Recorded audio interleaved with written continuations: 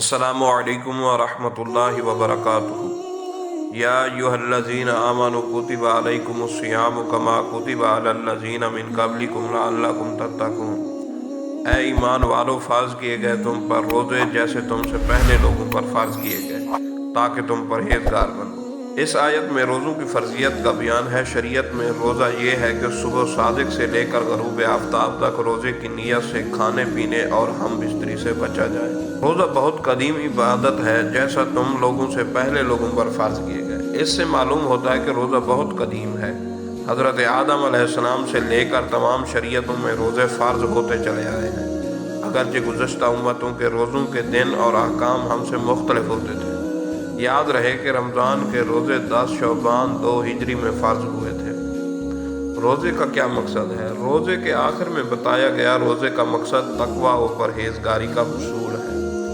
روزے میں چونکہ نفس پر سختی کی جاتی ہے اور کھانے پینے کی حلال چیزوں سے بھی روک دیا جاتا ہے، تو اس سے خواہشات پر قابو پانے کی مشق ہوتی ہے، جس سے ضبط نفس اور حرام سے بچنے پر قوت حاصل ہوتی ہے، اور یہی ضبط نفس اور خواہشات پر قابو وہ بنیادی چیز ہے جس کے ذریعے آدمی گناہوں سے رکتا ہے۔ قرآن حکیم میں سورہ نازعات میں ہے، اور جو اپنے رب کے حضور کھڑا ہونے سے ڈرا اور نفس کو خواہش سے روکا تو بے شک جنت ہی اس کا ٹھکانہ ہے۔ حضرت عبداللہ بن مسعود رضی اللہ تعالی عنہ سے روایت ہے، رسول اللہ صلی اللہ تعالی علیہ وآلہ وسلم نے فرمایا، اے جوانو، تم میں جو کوئی نکاح کی استطاعت رکھتا ہو وہ نکاح کر۔ یہ اجنبی عورت کی طرف نظر کرنے اور نکاح کو روکنے والا ہے، اور شرمگاہ کی حفاظت کرنے والا ہے۔ جس میں نکاح کی استطاعت نہیں وہ روزے رکھے۔ روزہ قاطع شہوت ہے۔ روزہ اسلام کے 5 ارکان میں سے ایک ہے، جسے عربی میں صوم کہتے ہیں۔ مسلمان اسلامی سال کے مقدس مہینے رمضان المبارک میں روزے رکھتے ہیں۔ روزے میں مسلمان صبح صادق سے غروب آفتاب تک کھانے پینے اور اپنی بیوی سے ہم بستری کرنے سے باز رہتے ہیں۔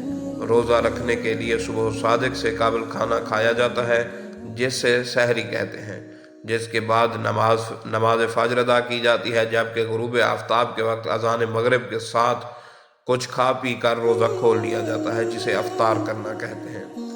لفظ صوم کا مادہ صاد، واو اور میم ہے۔ لغت میں صوم کہتے ہیں کسی چیز سے رک جانا، اور شعری اصطلاح میں ایک مخصوص طرز پر صبح صادق سے لے کر غروب شمس تک مخصوص شرائط اور نیت کے ساتھ کھانے پینے سے رک جانا۔ صوم صرف رمضان کے فرض روزوں پر دلالت نہیں کرتا، بلکہ اس سے تمام طرح کے روزے مراد ہیں۔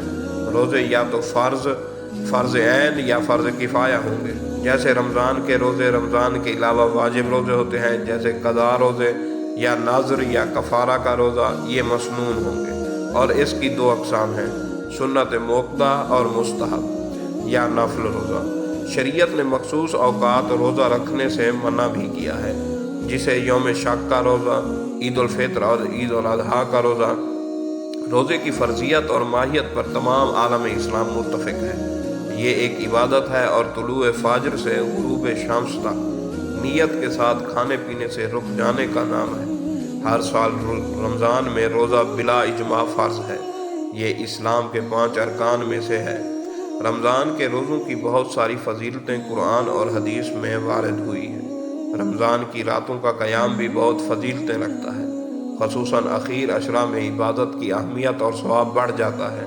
آخری اشرا میں ہی شب قدر آتی ہے۔ رمضان کے اگلے ماہ شوال کا پہلا دن عید الفطر کہلاتا ہے، جس میں صدقہ فطر ادا کیا جاتا ہے، جو رمضان میں ہوئی کوتاہیوں کا کفارہ ہوتا ہے۔ یہ دن مسلمانوں میں خوشی اور مسرت کا دن ہوتا ہے۔ اس دن نیکی کرنا، صدقہ دینا، سب سے سلام دعا کرنا اور خوش رہنا ہوتا ہے۔ رمضان کے روزے 2 ہجری میں فرض ہوئے۔ حدیث شریف میں پیغمبر اسلام صلی اللہ تعالی علیہ وسلم نے ارشاد فرمایا، بنی الاسلام خمس، کہ اسلام کی بنیاد 5 چیزوں پر ہے، اور اس میں ایک روزے کا بھی ذکر فرمایا۔ تو نبی کریم علیہ السلام سے پہلے بھی مختلف انبیاء کے دور میں روزے رکھے گئے ہیں۔ تاریخی اور مذہبی حوالوں کے مطابق حضرت آدم علیہ نبینا علیہ السلام کی کرۂ ارض پر موجودگی کے ساتھ ہی روزے کا وجود بھی ملتا ہے۔ حضرت آدم علیہ نبینا علیہ السلام ہر ماہ کے 3 دن روزے رکھا کرتے تھے۔